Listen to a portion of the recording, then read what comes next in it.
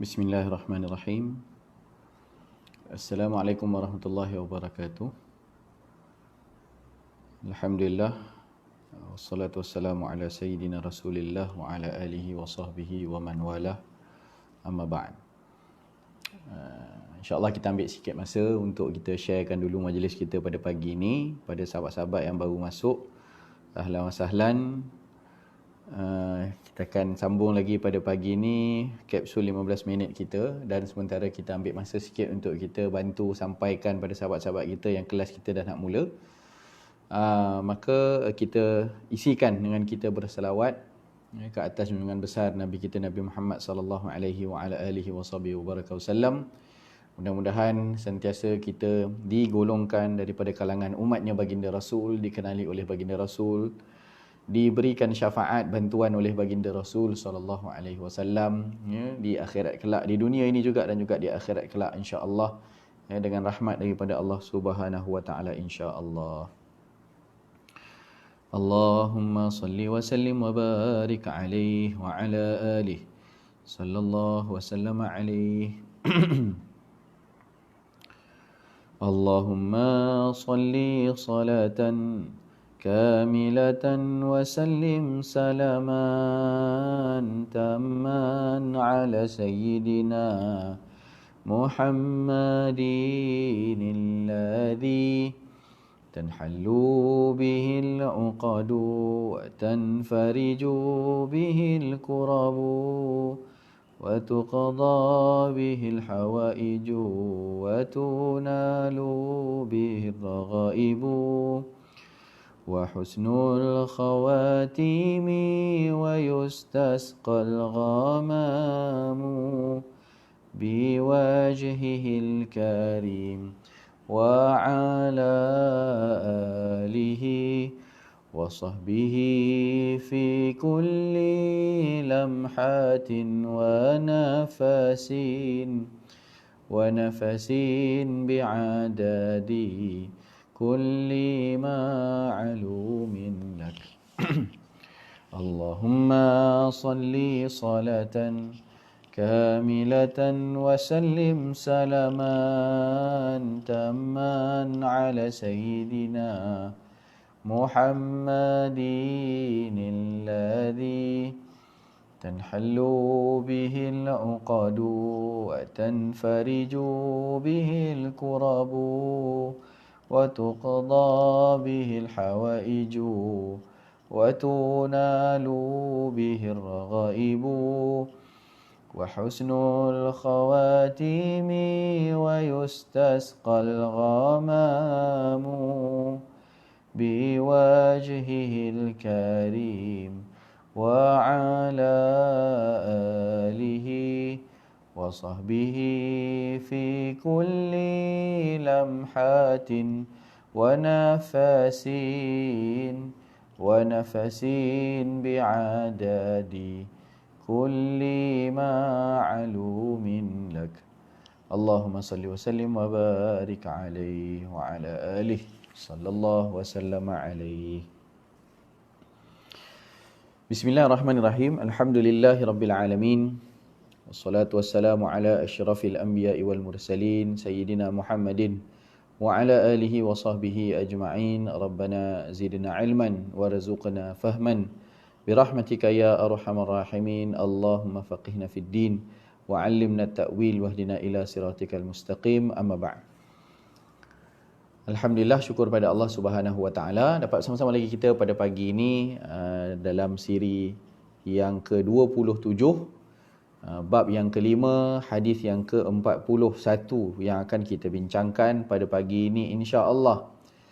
Ahlan wa sahlan, marhaban bikum kepada yang baru masuk sama-sama dengan kita pada pagi ini, yang memberikan salam kepada saya di ruangan komen.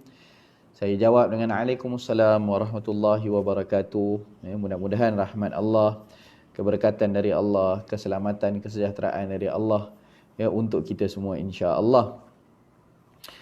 Kak Syarifah Aisyah ada, Kak Norizita ada, Kak Siti Hajar ada, Kak Basitah ada, dan juga sahabat-sahabat kita yang lain. Alhamdulillah. Harap-harap sihatlah semuanya pagi ini, ya, insya-Allah.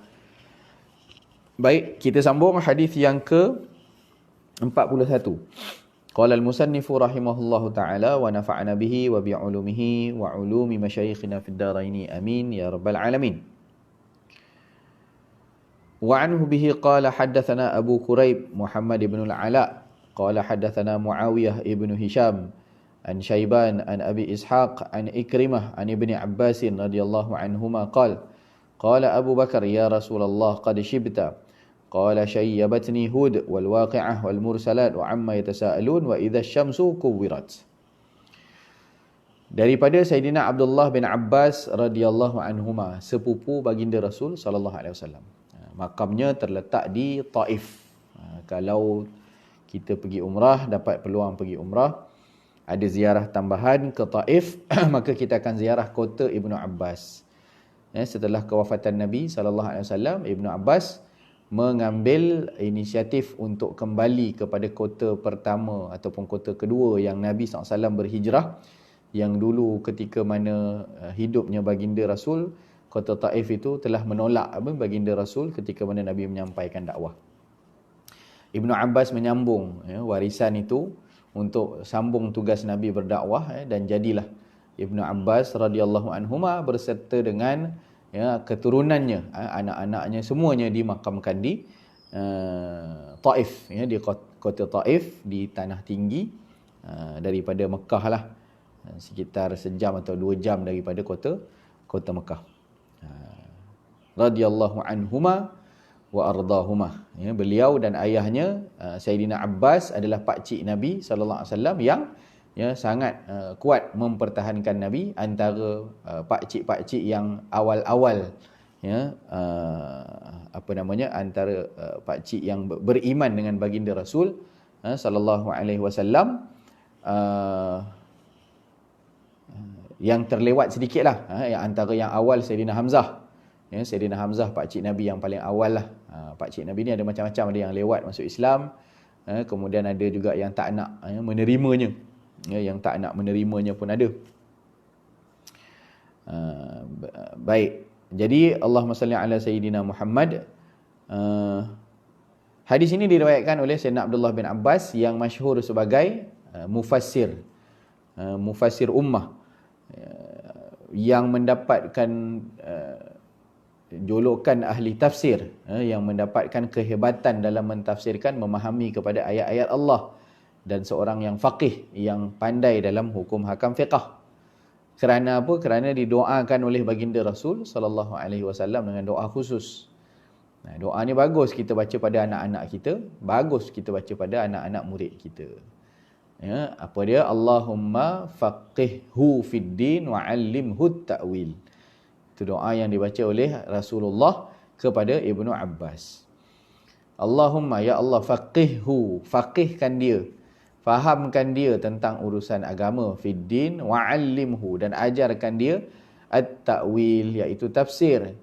Maka kita dapat lihat apabila sahabat-sahabat Nabi yang senior-senior berbincang, ada syura, mereka akan masukkan, contohnya zaman Khalifah Umar, dimasukkan Sayyidina Abdullah bin Abbas radhiyallahu anhuma ke dalam sesi syura mereka, sehingga ditanyalah oleh ahli-ahli parlimen yang lain, sahabat-sahabat yang lain tanya, ni umur muda ni apa buat dalam ni, apa yang dia boleh berikan sumbangan di sini. Maka dites oleh Sayyidina Umar, bahawa dibacakan kepada satu ayat Quran, ditanyakan kepada pandangan sahabat-sahabat berkenaan itu, lalu akhirnya ditanya kepada Abdullah bin Abbas dan beliau mentafsirkan dengan cukup baik sekali. Dan Sayyidina Umar kata, inilah sebagaimana orang yang pernah mendapat doa baginda Rasul sallallahu alaihi wasallam, Allahumma faqihhu fid din wa 'allimhu at-ta'wil. Doa ni kita baca pada orang lelaki lah, pada anak-anak lelaki. Kalau perempuan, belajar bahasa Arab sikit lah. Kita tukar dhamir jadi dhamir ha. Allahumma faqihha fid din wa 'allimha at-ta'wil. Wa 'allim, kalau sambung terus, wa 'allimha at-ta'wil. Ya Allah, faqihkan dia, fahamkan dia urusan agama, dan juga ajarkan dia untuk ilmu Al-Quran, memahami Al-Quran, baca Quran dan sebagainya. Jadi doa itu bagus. Kita sendiri boleh amalkan, kan? Allahumma tu qala dhamir nahnu. Allahumma faqihna fid din wa 'allimna ta'wil. Faqihkan kami ya Allah, jadikan kami faham urusan agama kami, dan juga ajarkan kami tentang Al-Quran. Okey. Itu doa yang didapati oleh Sayyidina Abdullah bin Abbas. Beliau meriwayatkan hadis ini bahawa Sayyidina Abu Bakar radhiyallahu anhu berkata, Sayyidina Abu Bakar kita tahu ya, kita dah sebut sebelum ini, umurnya 2 atau 3 tahun lebih muda daripada Rasul sallallahu alaihi wasallam. Ini hadis ni kita nak bahas sebab kedua kenapa tumbuhnya uban. 2-3 hadis yang kita dah baca sebelum ni ada yang sebut tentang beberapa, kemudian ada sebut 14 helai, kemudian ada sebut 20 helai. Itu riwayat-riwayat yang ada tentang uban baginda Rasul. Itu kita kata seiring dengan pergerakan ataupun perjalanan umur lah. Meningkat umur makin banyak uban. Yang hadis kita nak baca hari ni adalah sebab kedua daripada tumbuhnya uban. Ya Rasulullah, qad shibta, kata Sayyidina Abu Bakar, kau telah beruban. Maksudnya nampak dia dah tu, nampak beruban dah tu ya Rasulullah. Nak rambut putih nampak dah. Maka jawab baginda Rasul sallallahu alaihi wasallam, yang menyebabkan aku beruban, syayyabatni, yang menjadikan uban yang tumbuh dekat kepala aku adalah Hud wal Waqi'ah wal Mursalat wa amma yatasaalun wa idza syamsu kuwirat. Iaitulah surah-surah yang sebabkan aku beruban ni. Nak tahu sebab apa? Sebab surah Hud, surah Waqi'ah, surah Mursalat, surah amma yatasaalun, surah idza syamsu kuwirat.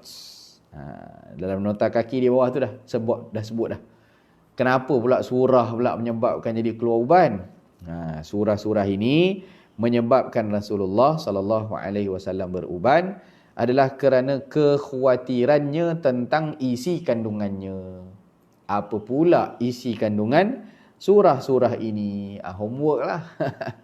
Buka surah-surah ni, cuba tengok, baca terjemahan dia. Agak-agak tema dia, isi kandungan dia apa? Kan?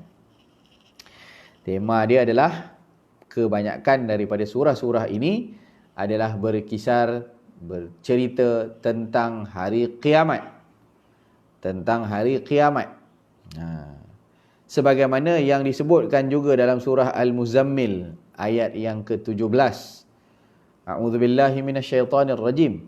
Fakaifa tattaquna an kafartum yawman yaj'alul wildana shiba. Bagaimanakah kalau kamu tidak ditimpa azab dunia pun, macam mana kamu nak jaga, kaifa tattaquna an kafartum yauman, ataupun nak selamatkan diri kamu di hari yang yaj'alul wildana shiba, hari yang huru-hara, menyebabkan yaj'alul wildana shiba. Wildan maksudnya budak-budak. Huru-hara di hari kiamat itu sampai budak-budak pun beruban. Budak kecil terus tumbuh uban. Maksudnya begitu. Maksudnya apa? Perasaan takut kepada hari kiamat itu, sampai budak-budak pun jadi stres. Takut sangat dengan huru-hara pada hari kiamat, budak pun beruban. Jadi kita tahu sebab kedua bagi berlakunya keluar uban adalah adanya stres. Kita dah sebut di awal-awal mukadimah dulu sebenarnya. Sebab keduanya adalah kerana stres. Bila stres, otak banyak mikir. Bila otak banyak mikir, kepala jadi panas. Bila kepala jadi panas, maka kulit itu akan menyerap kepada air yang ada di dalam rambut, maka akan menjadi kering, maka akan menjadi uban. Tumbuhlah uban di sebahagian rambut ataupun di seluruh rambut. Bila kita tengok muda-muda lagi kan, kadang-kadang budak sekolah pun ada yang dah beruban. Budak sekolah menengah kan, 15, 16 tengok, keluar uban dah. Pasal apa kamu ni? Awal sangat ni. Awal sangat tua ni. Itu bukan cerita tua, itu tengok jenis karakter dia. Orang macam ni mesti dia banyak berfikir. Dia banyak fikir. Banyak stres, rajin fikir benda dalam-dalam. Dia jadi cepat keluar uban. Rajin runsing, rajinlah keluar, cepatlah keluar uban. Jadi kerisauan Nabi SAW ini adalah kerisauan berkenaan dengan huru-hara hari kiamat. Itulah tema bagi surah-surah ni yang Nabi kata, yang sebabkan aku beruban ni, surah-surah ni lah. Kerisauan aku terhadap isi kandungan surah-surah ini. Maksudnya apa? Kerisauan Nabi SAW terhadap umat. Risau Nabi, fikir Nabi tentang kita sampai menyebabkan Nabi keluar uban. Macam manalah umat aku nak berhadapan dengan fitnah akhir zaman. Macam manalah umat aku nak berhadapan dengan dahsyatnya hari kiamat. Macam manalah umat aku nak berhadapan dengan Dajjal. Ya, jadi semua itu difikirkan, dirisaukan oleh baginda Rasul sallallahu alaihi wa ala alihi wasallam. Maka kita yang hidup ini pun patut lebih-lebih lagi merisaukan keadaan kita sendiri, bagaimana untuk kita berhadapan dengan hari kiamat. Apakah amalan yang telah kita lakukan? Apakah usaha kita untuk mendalami agama? Apakah usaha kita untuk mengenal Tuhan, untuk mengenal Nabi? Jadi kita kena muhasabah diri kita lah. Nabi pun sampai keluar uban fikirkan keadaan macam mana umat dia nak berhadapan kiamat. Tiba-tiba kita tenang-tenang, relax-relax saja dengan dunia yang tidak kita lepaskan daripada tangan kita. Langsung tak mau agama, langsung tak mau semayang, harta langsung tak nak dizakatkan, tak kenal Tuhan, tak kenal Nabi, tak kenal hukum hakam, hiduplah serupa binatang saja, makan, tidur, pergi cari duit balik, makan, tidur, cari makan, makan, tidur. Jadi itu sahaja, tidak ada bahagian daripada nak mengenal Allah, mengenal Rasul, mengenal syariat yang dibawa dan memupuk akhlak dalam diri dan juga dalam keluarga. Maka kitalah yang terlebih-lebihnya patut untuk merisaukan keadaan macam mana kalau kita tu bertemu dengan kiamat. Jadi kena fikirlah macam mana keadaan tersebut.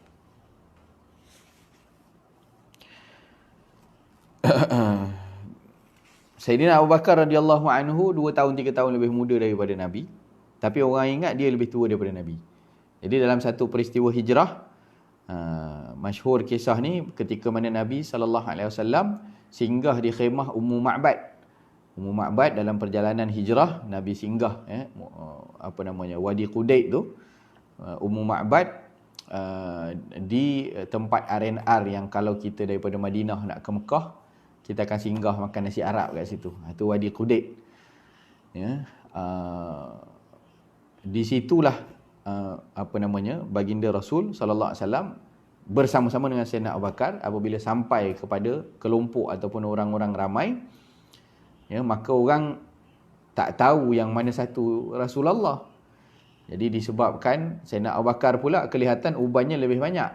Jadi mereka pun tahu bahawa Rasulullah itu lebih tua daripada Sayyidina Abu Bakar. Tapi untuk mengelakkan bahawa salah faham orang yang mana satu Rasulullah, maka Sayyidina Abu Bakar mengangkatkan ridaknya, mengangkatkan kain untuk menutupi ataupun memayungi baginda Rasul sallallahu alaihi wasallam. Jadi tahu siapa yang khidmat siapa, maka itulah baginda Rasul yang dikhidmati. Walaupun nampak orang ingat, mungkin orang akan ingat Sayyidina Abu Bakar lah Rasulullah kerana wajah ataupun rambutnya yang lebih banyak uban, kerana umurnya lebih tua. Sebab Nabi lebih sikit uban daripada Sayyidina Abu Bakar, walaupun Sayyidina Abu Bakar lebih muda daripada baginda Rasul sallallahu alaihi wasallam. Dan Sayyidina Abu Bakar juga terkenal sebagai, maknanya karakternya sangat sensitif. Jadi mungkin ubannya keluar banyak lagi kerana stresnya pun banyak, fikirannya pun banyak perkara yang nak difikirkan. Ini terbukti daripada hadis Nabi yang lain juga. Bila Nabi nak dekat-dekat dengan wafat kan, Nabi nak dekat-dekat wafat, tengok macam mana Sayyidina Abu Bakar, Sayyidina Aisyah merayu pada Nabi, "Ya Rasulullah, ambil orang lain lah jadi imam pula." Nabi tak sihat. Jadi Sayyidina Abu Bakar, "Muru Abu Bakrin," panggil Abu Bakar juga. Abu Bakar rajulun asif, kata Sayyidina Aisyah. Dia ni orang sensitif, kata Aisyah. Ayah aku ni sensitif, setiap kali dia berdiri di sejadah itu, dia berdiri di tempat imam tu, dia tak mampu nak angkatkan takbir, sedih dia, menangis dia, teringatkan baginda Rasul sallallahu alaihi wasallam. Ni jadi orangnya ada sensitivity, ada perkara yang difikirkan dalam kan. Hatta berdiri di tempat baginda Rasul menjadi imam, jiwanya halus, memikirkan kesusahan baginda Rasul sallallahu alaihi wasallam. Jadi perkara-perkara itu pasti akan buatkan kita banyak berfikir. Jadi itulah yang boleh kita bincangkan pada pagi ini. Satu hadis saja, besok kita akan sambung baki daripada 3 hadis lagi lah. 3 hadis ni pun tak ada apa sangat, agak berulang saja. Kita akan tutup sahaja besok insya-Allah bab yang ke-5 untuk kita habiskan. Pada hari ini naqifuna walhamdulillah, kita berhenti dahulu untuk kita sambung esok insya-Allah. Sebentar lagi jam 9 pagi bersama-sama dengan Ustaz Usni lah untuk Allahumma salli ala Muhammad risalah jamiah, untuk risalah jamiah fardu ain kita insya-Allah. Wallahu taala a'la wa alam. Terima kasih pada yang bersama-sama kita sempat tengok pada pagi ini. Yang tak sempat pun nanti akan ada, boleh diulang balik insya-Allah. Aqulu qawli hadza wa astaghfirullahal azim li wa lakum wa lisairil muslimina wal muslimat wal mu'minina wal mu'minat al ahya'i minhum wal amwat bi rahmatika ya arhamar rahimin. Walhamdulillahi rabbil alamin. Assalamualaikum warahmatullahi wabarakatuh. Terima kasih semua. Jumpa esok insya-Allah.